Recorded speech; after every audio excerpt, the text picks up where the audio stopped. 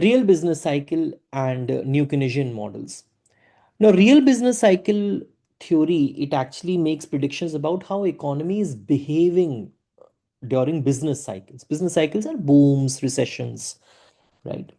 But the question is, do really real world data match what RBC models are predicting? That is what we are trying to ask in this particular section. This is section 16.2.2 of your text. So just write few points first. RBC theory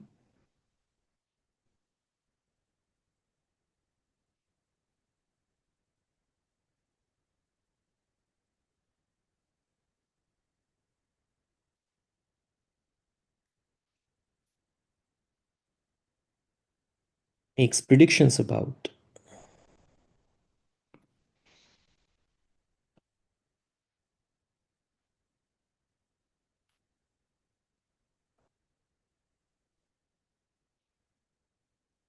how economy behaves over the business cycle.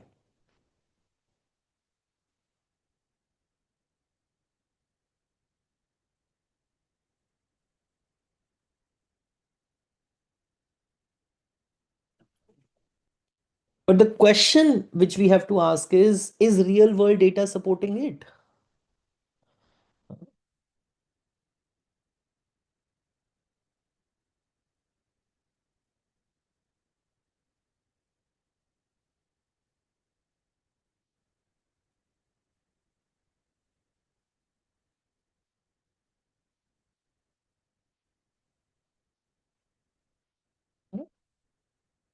Right. So when RBC economists, I mean, when they are studying recessions and booms, so what they do is they take up the data of GDP and they are focusing only on the cyclical part of GDP when there are booms and recessions. So they are removing trend. They are not interested in the long term trend. They are interested in cycles, business cycles, booms, recessions. So of course they have to look at the data of GDP, but they are only looking at that part of GDP in which there is recession, there is boom, right? And they're removing the trend, right? So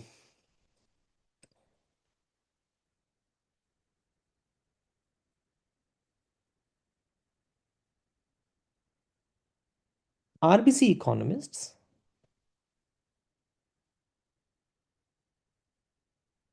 study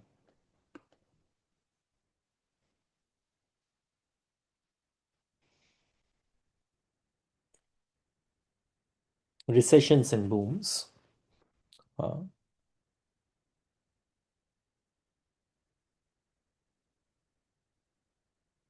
but that what they do is that they remove the trend in GDP.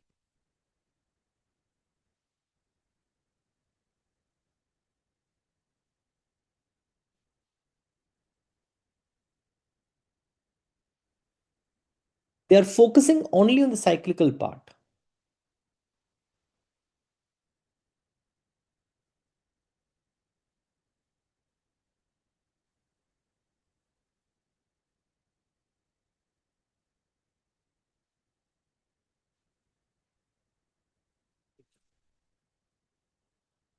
So there is a technique which is called HP filter, your Hodrick Prescott filter.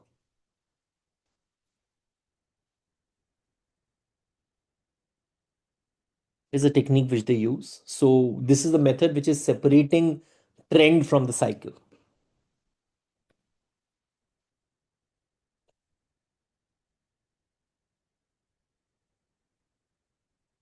It's it separates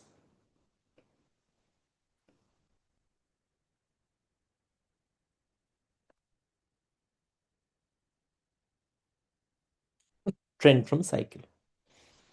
Uh, so they are going to look at three main things. Hmm, right? So after they have isolated the cycle, right? They have isolated the periods of booms and recessions. They're going to look at three things.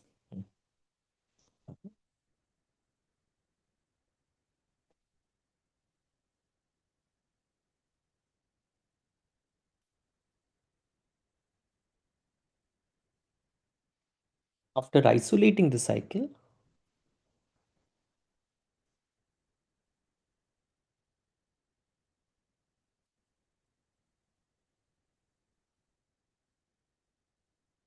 they measure what? One, they measure volatility.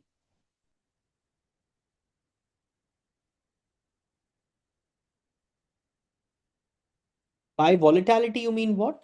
That how much variable is fluctuating relative to the output, right? Then there is co-movement. Hmm. So, for example, we're going to talk about investment here, consumption here. So, how much investment is moving with output?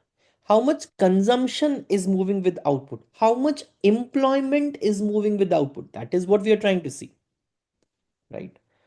Or is it moving more than the output? Is it moving less than the output? This is what we are trying to look at.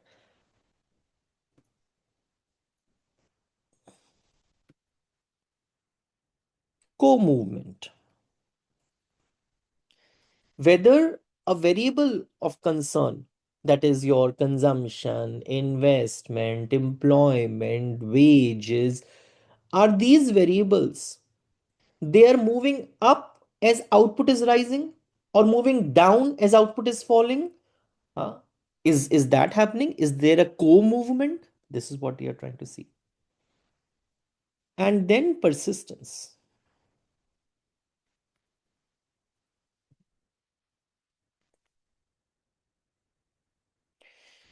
Persistence is that how long the cycle is going to last. How long this cycle is going to last. Hmm. That is what persistence is, right? That is what persistence is. And these are business cycle facts. These are business cycle facts.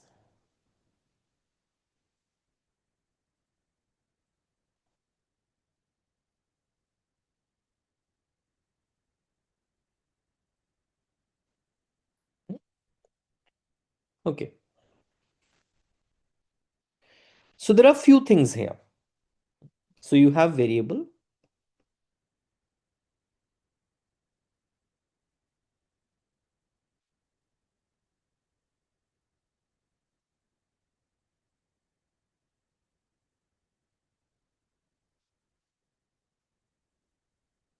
You have a real world fact.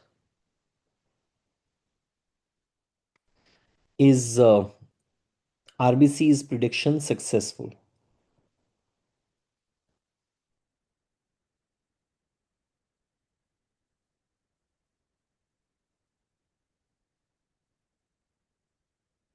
This is what we are trying to ask.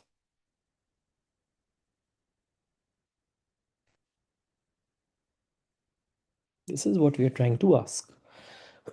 So, first thing which we are asking is about investment.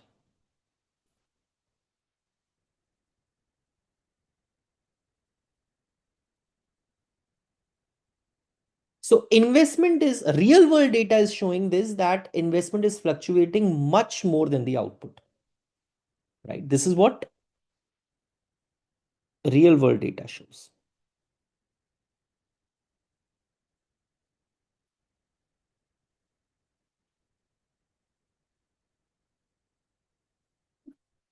Right. So, this is what real world data is telling you, and RBC is also explaining this. RBC is telling you that if there is a technology shock, there is going to be a productivity change. And when the change is going to occur, firms are going to change their capital investment. Hmm. So, I mean, you can see AI is going on, right? Because that's a technology shock. Are firms not investing a lot in AI? All of us are, right? So, explains this well.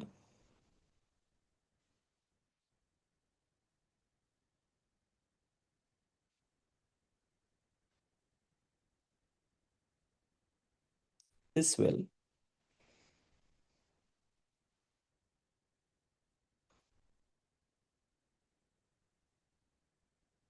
Technology shock.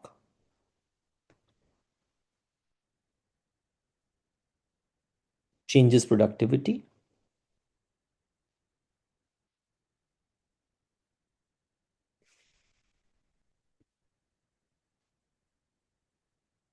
and firms adjust.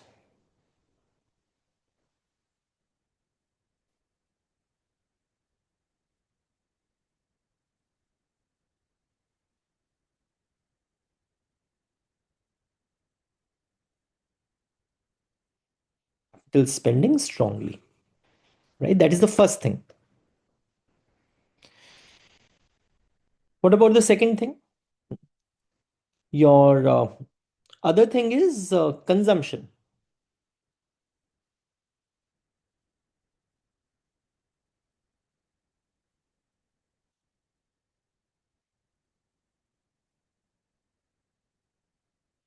It is also moving with output, but it is less variable. It is less volatile, right? So it's not that just say investment is going to move much more than the output. So you don't have that variability in consumption.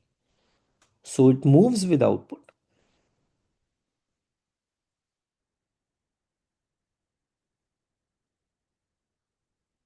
but is less volatile,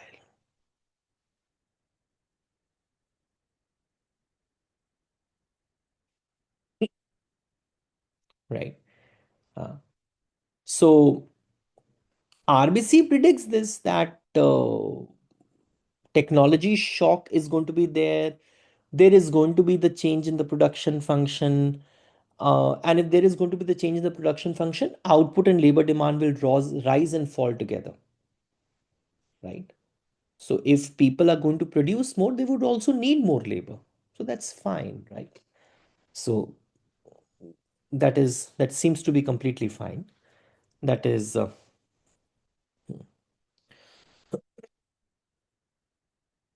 firms and households. So it's so is the production successful? Yes, somewhat.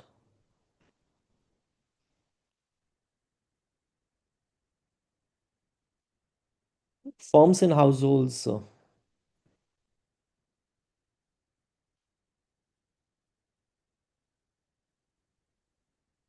and households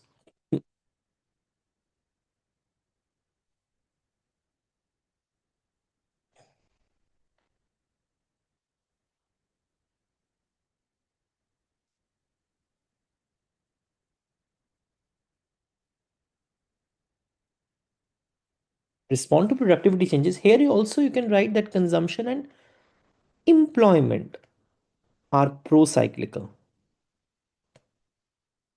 means they are moving along with the cycle. If there is recession, consumption is also going to increase. Uh, Employment is also going to increase, but it will increase lesser than the increase in output. And then you have the another point, which is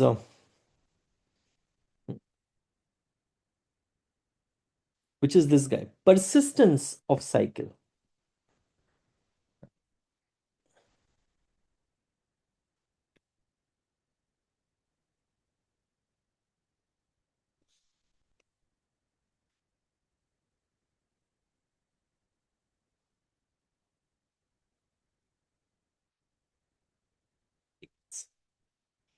Uh, so I mean, persistence of cycles is that booms and recessions they typically continue for multiple quarters. It means ऐसा नहीं है that it is going to be there only for one quarter.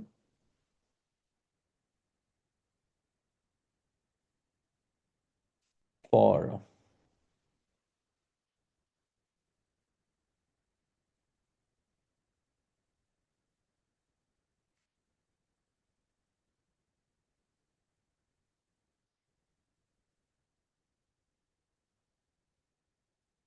so, and this also RBC is going to fairly do the job well because RBC technology shocks naturally generate persistent effects, right?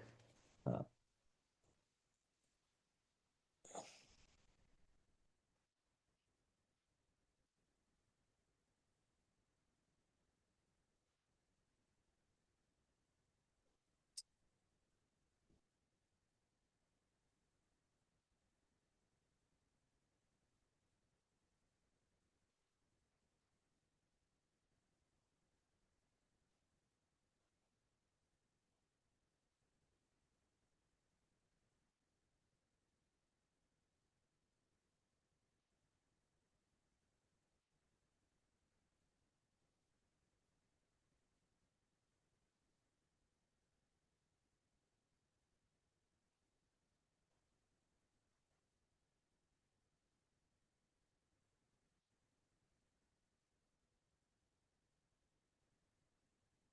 capital accumulation, right?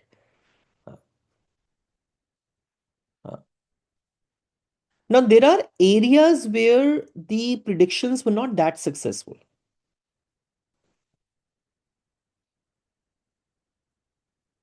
For example, weak real wage response.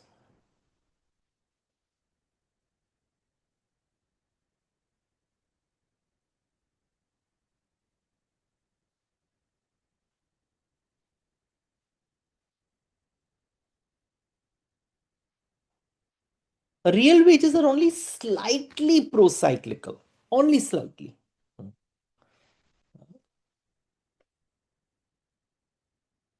Slightly pro-cyclical means when there is a boom, there is a little increase in real wage. So do not expect it to increase much. Hmm.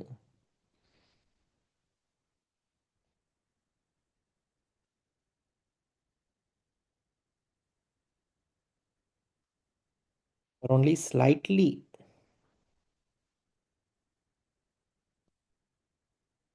pro-cyclical. Uh, hmm. So is this, I mean, is the prediction by RBC model very successful? No. RBC needs wages to change a lot to influence labor supply decisions. And here in this case, wages do not change much. Real world data shows this. RBC needs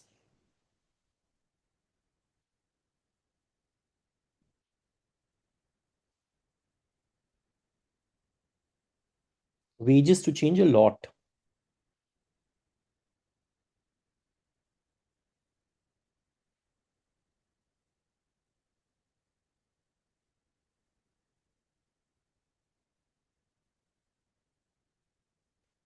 Influence labor supply decisions, right?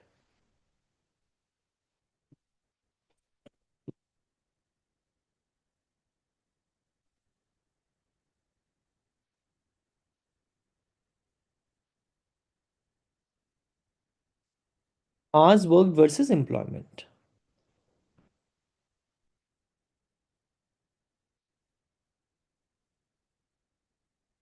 So in the data, employment changes more than the hours worked, right?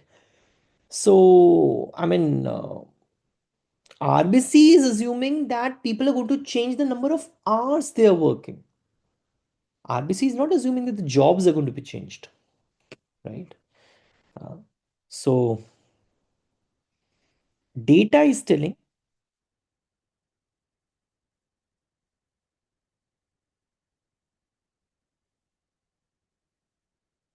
employment changes more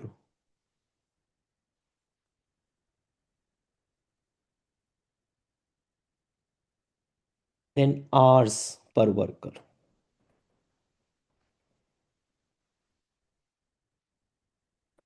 So maybe people are working same number of hours, but maybe more people are employed during booms, or less people are employed during recession, but they're working same number of hours, more or less.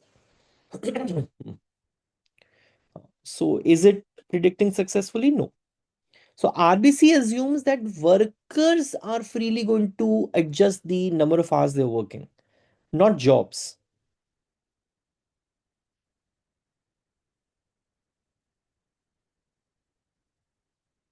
Assumes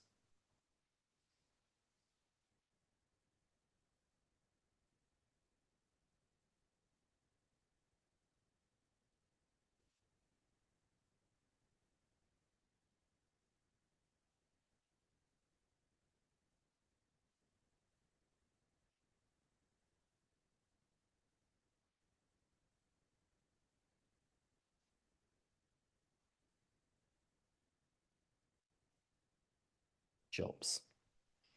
Hmm. And one more prediction where, I mean, what RBC says is not consistent with the real world data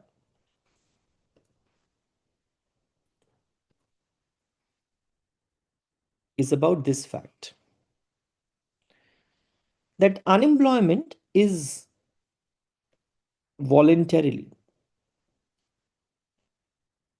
unemployment is involuntary, right? So what RBC claims is that unemployment is voluntary. Uh, but data sometimes shows this that unwilling workers they cannot find jobs. So this is a direct contradiction there.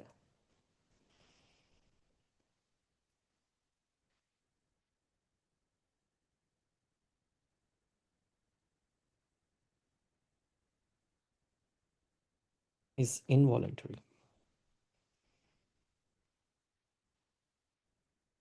So unemployment rises sharply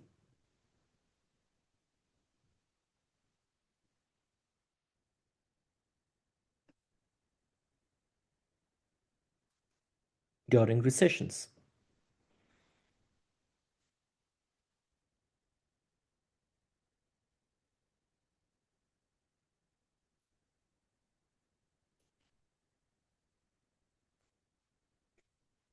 While RBC claims that unemployment is voluntary, workers choose leisure when wages are going to when so RBC's claims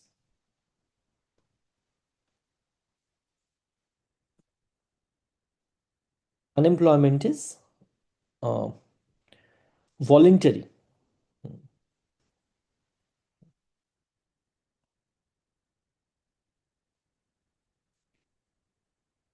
So there are few points where the predictions are matching, but there are many points where predictions are not what RBC is claiming, right? Okay, so please make notes of this and read the reading also. This may not be a difficult thing to understand, but I feel it is a little difficult reading to read. So maybe you can do the recording first, and then if you read the reading, you will understand everything, right? Thank you.